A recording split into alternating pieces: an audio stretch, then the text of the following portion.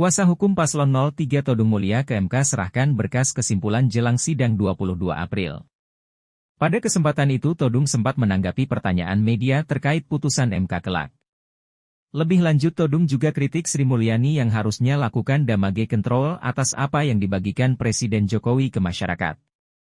Pas Idul Fitri juga bagi-bagi bansos, ungkap Todung. Ia juga mengkritik apa bisa dana operasional Presiden dibagikan seolah-olah jadi bansos.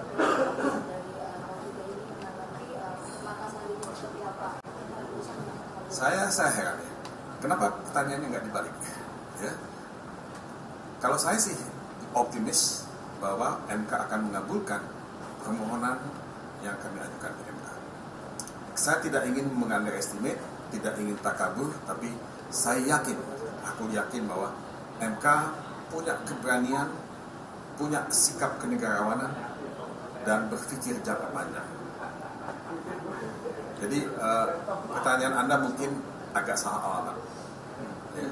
Oke, silakan. Saya beri Pak di masyarakat adat, bagaimana tanggapan Ibu 03 terkait Permensesnek 02 yang Bu Sri Mulyani, begini, itu mengejutkan saya.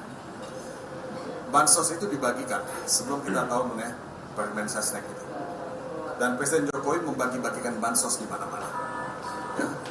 Nah, memang ada lembaga lain selain Mensos, ada Bappenas di situ. Tapi persepsi publik bahwa itu bansos, itu bantuan sosial. Ya. Nah, dan dipublikasi secara luas. Presiden Jokowi melakukan itu, turun gunung, turun langsung. Ya. Nah, ketika Menteri Sri Mulyani memberikan keterangan di MK, yang dia katakan adalah itu bukan bansos, ya. Kalau saya mau bicara straightforward, itu adalah bingkisan bantuan yang diberikan oleh Presiden dengan menggunakan dana operasional Presiden, Banpres, ya. Nah, ini sama dengan dana taktis. Ini kita nggak pernah tahu sebelumnya. Nah, kenapa itu dilakukan oleh Sri Mulyani? Ini dengan segala hormat ya pada Sri Mulyani, kawan saya. Ya. Saya kenal baik beliau. Saya tidak happy ya dengan apa yang dikatakan Sri Mulyani. Karena itu bukan saja normatif, tapi itu semacam damage control. Ya. Damage control. Karena dengan pembagian bansos yang masif di 3 bulan menjelang pencoblosan itu, damage has been done. Publik tahu bahwa ada politisasi bansos.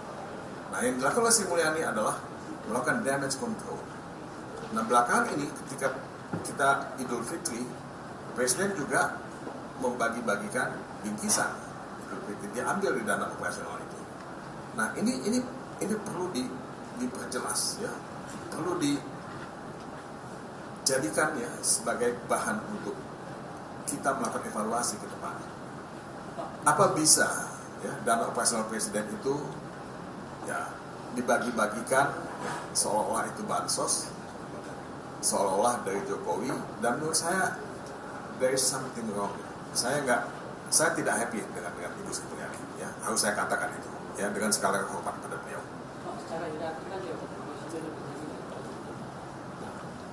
apakah tadi yang Bapak bilang dana operasional yang diatur, apakah bisa atau boleh disebut atau ditentukan oleh Permen? Begini, kita ini ketika masuk ke reformasi, Bu, kita itu bicara korupsi anti itu. Nah, atas dasar itu kita ingin membangun transparansi dan akuntabilitas. Nah, kalau dana operasional Presiden, Banpres itu, ya, yang saya katakan tadi sama seperti dana taktis pada zaman Orde Baru, itu tidak akuntabel, tidak transparan. Nah, ini aja pertanyaannya. Apakah itu transparan atau tidak? Kenapa kalau itu transparan tidak diumumkan dari dulu? Ini diungkapkan oleh Sri Mulyani. Ya. Oke, ada yang lain nggak? Kalau nggak kita selesai ya? Oke.